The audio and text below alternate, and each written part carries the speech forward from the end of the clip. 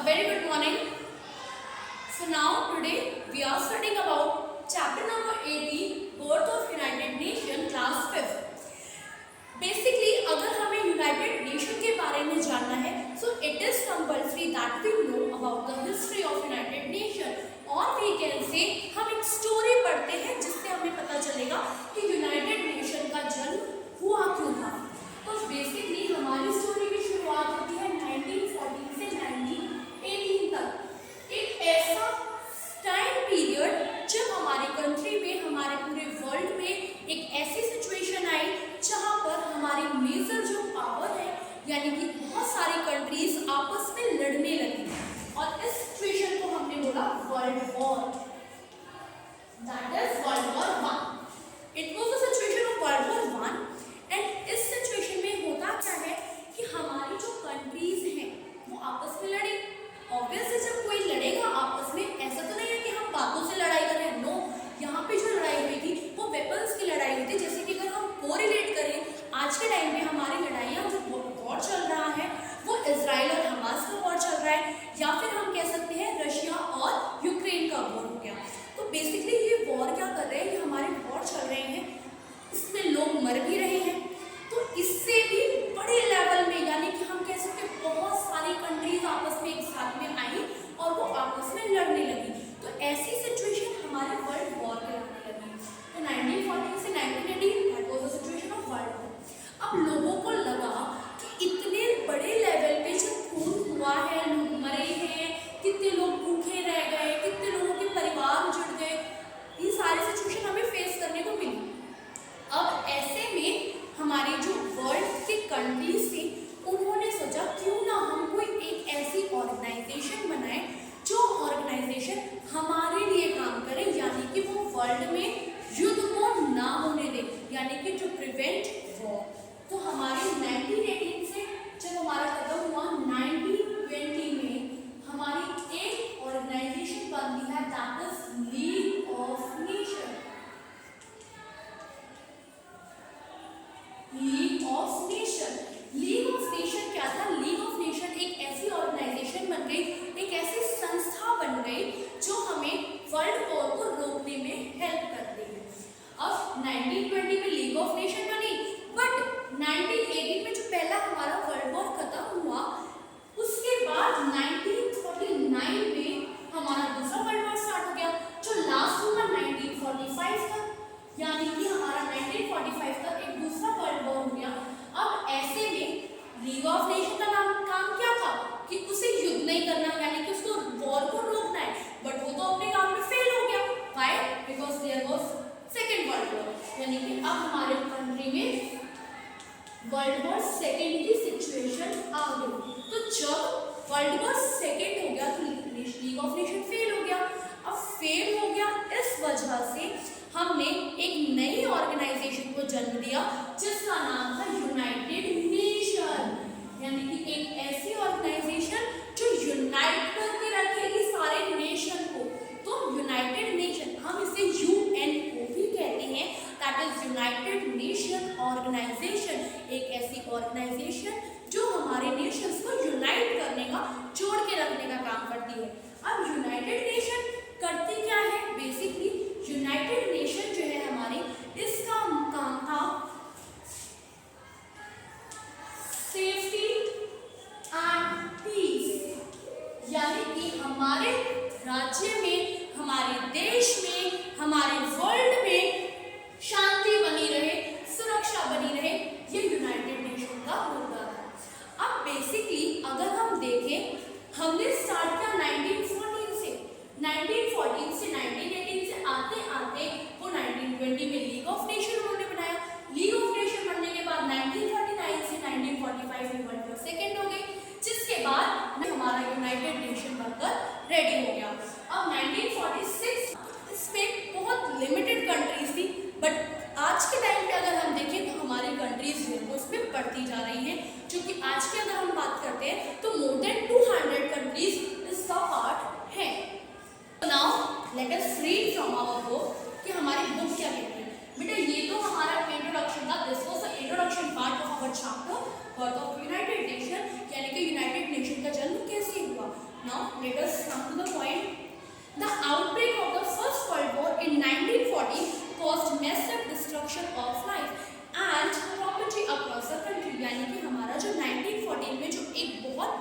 के जो massive destruction हुआ, यानी कि सब कुछ नाश हो गया। डिस्ट्रक्शन का मतलब क्या है? नाश हो जाना। जो सब कुछ नाश हो गया, हमारी लाइफ खत्म हो गई, यानी कि बहुत सारे लोग थे जिनको अपनी जान गंवानी पड़ी, बहुत सारे लोग जो मर गए थे। इसके अलावा उनको अपनी प्रॉपर्टी का भी लॉस झेलना पड़ा, बहुत सारे लोगों की प्रॉपर्टी उनसे छीन गई। तो ये जो सिचुएशन थी पूरे कंट्री में हो रही थी। तो वर्ल्ड वॉर जो कि 1918 तक लास्ट करता है, जिसके बाद बहुत सारे नेशन को ऐसा लगा कि हमें एक ऑर्गेनाइजेशन बनाने की ज़रूरत है जो कि इंटरनेशनली लेवल पे काम करेगी हमारे लिए। As a result the league of nation was form on 10 January 1920, यानी कि उसके बाद 1920 में 10 जनवरी को हमारी एक लीग ऑफ नेशन करके एक ऑर्गेनाइजेशन बनाई गई।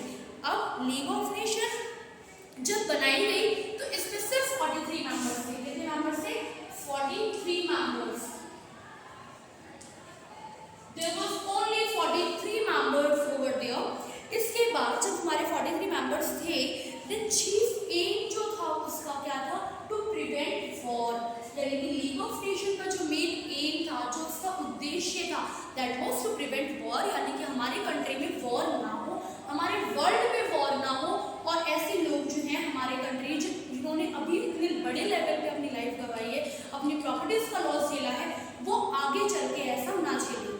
Now but it failed miserably as the second world war began in 1939 and lasted up to 1945, यानी कि हमारा जो लीग ऑफ नेशन था वो फेल हो गया। क्यों हो गया? क्योंकि 1939 में दूसरा वर्ल्ड वॉर स्टार्ट हो गया जो कि कंटिन्यू चला 1945 तक। A number of causes led to failure of the League of Nations. One of the major reasons was non-inclusion of two prominent powers. Destruction का कारण माना जाता है, यानी कि लीग ऑफ नेशन का फेल होने का कारण माना जाता है। एक तो ये कारण हो गया कि वर्ल्ड वॉर हो गया, लेकिन इसके अलावा भी एक कारण माना जाता है कि हमारी जो वर्ल्ड की मेन पावर है, यानी कि सबसे शक्तिशाली जो कंट्रीज हैं, दैट इज साइड्स दो countries, that is USA and Soviet union, या हम इन्हें कह सकते हैं Russia, and this one is America. तो अमेरिका और रशिया जो इतनी पावरफुल कंट्रीज हैं, वो लीग ऑफ नेशन का पार्ट नहीं थी। तो ये माना जाता है कि जब इतनी प्रोमिनेंट पावरफुल कंट्रीज जो हैं वो हमारी लीग ऑफ नेशन का पार्ट नहीं थी, तो वो नहीं चल पाई आगे। And coming forward this, the victorious power used the league to benefit themselves which ultimately led to its dissolution. इसके अलावा भी अगर हम देखें तो जो यहाँ पर वॉर में, हमारे फर्स्ट वर्ल्ड वॉर में जो कंट्रीज जीती थी, ठीक है, उन्होंने क्या किया? उन्होंने लीग ऑफ नेशन को अपना घर समझ लिया, एक तरह से हम कह सकते हैं, यानी कि उन्होंने क्या किया? अपनी जो भी बातें थी उनको ज़्यादा फॉलो करवाया एज कम्पेयर टू अदर्स। तो यानी कि इन्होंने लीग ऑफ नेशन की पावर का गलत इस्तेमाल किया था। Now formation of united nation. अब यूनाइटेड नेशन कैसे बना? After Second World War, the leading nation of the world came together to find ways to prevent wars in future. यानी कि अब जब हमारा सेकेंड वर्ल्ड वॉर खत्म हुआ, इसके बाद कंट्रीज ने सोचा कि हम ऐसा क्या करें कि हमारी जो वॉर की सिचुएशन है वो आगे फ्यूचर में ना हो। तो ऐसे में many countries including United Kingdom, USA and France, यानी कि हमारी यूके, यूएसए और फ्रांस जैसी बड़ी बड़ी जो कंट्रीज थी, इन कंट्रीज ने मिलकर सोचा कि क्यों ना हम एक ऐसी ऑर्गेनाइजेशन बनाएं जो कि लीग को रिप्लेस कर दे, यानी कि हमारी जो लीग ऑफ नेशन है,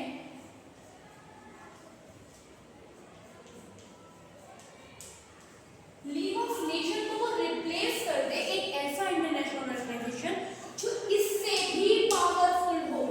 और उस पावरफुल की खोज करते करते वो कहाँ पर उन्होंने क्या डेवलप कर दिया? यूनाइटेड नेशन बना दिया।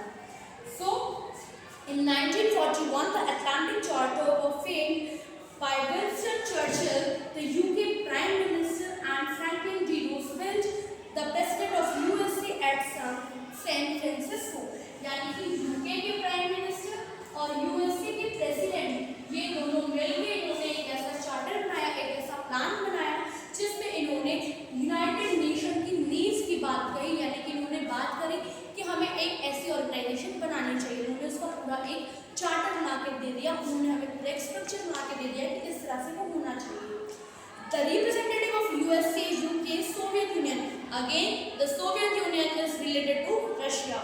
Soviet Union and China met at Washington DC in 1944. यानी कि अब ये सारी कंट्रीज हमारी including China, Russia, UK, USA, ये सारी पावरफुल कंट्रीज हमारी एक जगह पर मिलती है, जो कि ये लोग मिले थे हमारे वॉशिंगटन डीसी में 1944 में, और इन्होंने एक चार्टर को यूनाइटेड नेशन के रूप में प्रेजेंट कर दिया। नाउ यूनाइटेड नेशन अब प्रेजेंट हो गया। 1945 में हमारा वॉर खत्म हुआ, इसीलिए 24 अक्टूबर 1945 हमारा यूनाइटेड नेशन बनकर रेडी हो गया। अभी जो यूनाइटेड नेशन हमारा बना, बेसिकली अगर हम देखें 24 अक्टूबर को बना था, तो इसीलिए 24 अक्टूबर को हम सेलिब्रेट करते हैं हमारा United nation day. United nation day is celebrated on 24 October every year. Why it is celebrated? Because on this day United Nation was implemented, हम कह सकते हैं, या फिर United Nation came into force, यानी कि वो अपने काम करने के लिए रेडी हो चुका था। Now इसका एम क्या था कि हमें वर्ल्ड में पीस बना के रखनी है, that we have already discuss, कि हमें इसमें वर्ल्ड में शांति बना के रखनी है, एंड हमें सेफ्टी का ध्यान रखना है, यानी कि सब सिक्योर रहें, सेफ रहें, हमें इस चीज का ध्यान रखना है। हम सेफ्टी को सिक्योरिटी भी कह सकते हैं, यानी कि सबके सब सिक्योर रहें, सेफ रहें। Next, the representative of 50 country met for 33 days in San Francisco to frame the UN Charter. अब UN काम कैसे करेगा? इसके लिए 33 डेज की एक मीटिंग बुलाई गई थी, यानी कि 33 डेज तक चली थी, जिसमें हमारे 50 कंट्रीज इंक्लूडेड थे, यानी कि 50 कंट्रीज ने मिलकर इसके टॉपिक को डिसाइड किया था। Charter contain listed principle of united nation, यानी कि उन्होंने ये डिसाइड किया था कि हमें चार्टर में कैसे काम होगा, यानी कि यूनाइटेड नेशन वर्क कैसे करेगी, उसके क्या क्या प्रिंसिपल्स होने चाहिए, किस तरह से वर्किंग प्रोसेस होनी चाहिए, that all we discussed in this meetings. And now the united nation which is an organisation, अब कोई ऑर्गेनाइजेशन है, कोई जगह है ऐसी जो इंटरनेशनल लेवल पर हमारे लिए काम कर रही है, तो जरूरी है कि उसका एक हेडक्वार्टर भी हो। जैसे अगर हम बात करते हैं हमारे पुलिस की, तो पुलिस हमारे लिए कितना काम करती है, हमारा पुलिस का हेडक्वार्टर होता है जहाँ सारी वर्किंग देखते हैं। इसी तरह से यूनाइटेड नेशन का जो हेडक्वार्टर है वो हमारा सिचुएटेड है न्यूयॉर्क में, यूएसए में, ठीक है, यानी कि New York USA is the headquarter of